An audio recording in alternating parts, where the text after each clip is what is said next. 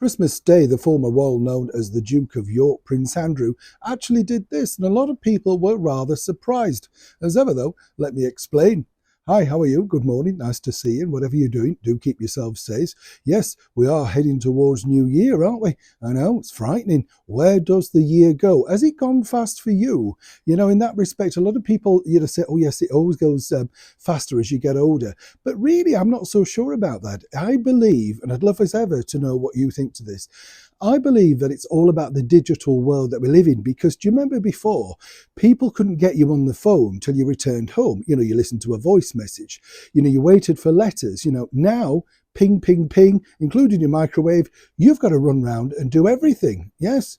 You agree? I know, I'd love to, seriously, has it zipped by in the blink of an eye for you, quite frankly, this year, 2023? And what's your plans for 2024? Yes, well, big problems, as one can imagine, for this latest breaking royal story, because as we know, there's going to be a bit of a kerfuffle in the early part of 2024 as they decide to release the Epstein sort of list, as they call it, Now, this has been ongoing for a long time, and actually, I'm not so sure whether it's a good or a bad thing. One might suggest it could be a good thing, because finally, whatever the story is, it could be either drawn a line under, or indeed it could be reacted upon and dealt with.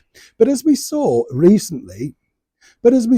this week for His Majesty the King, Queen Camilla, and all senior members of the British monarchy, there was, of course, the Duke of York, His Royal Highness Prince Andrew. Now, everybody was kind of shocked, because let's not forget that this was the very first time also in many years that the Duchess of York, aka Fergie, had been invited to that particular service. And I thought she looked absolutely delighted and thrilled.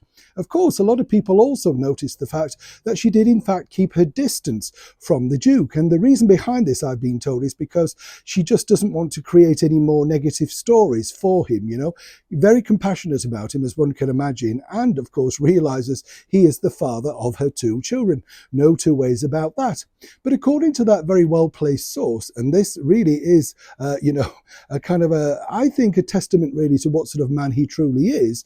Well, basically, Prince Andrew did say to the King on Christmas Eve, "Are you sure that you would like me to attend the Christmas Day service?" And according to that source, well, basically King Charles said, "We're a united family.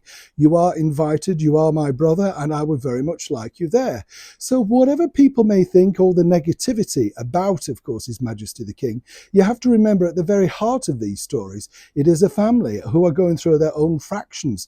And as one can imagine, it's very difficult, isn't it? Because if he didn't turn up, he gets the headlines. But what we found, in fact, that when he did turn up, actually people just accepted it. He was very warmly received by quite a lot of people in the lineup. So I think that His Majesty the King truly called the shots and made the right decision on that. As ever, though, I'd love to know, what do you think? Were you kind of shocked that both he and, of course, the Duchess of York were in the lineup? Is it right, given the problems, of course, that's ensued over the last few years? Or do you agree with His Majesty the King? Family comes first. A big decision, and one that he made a big decision on. Neil Sean in the very heart of London.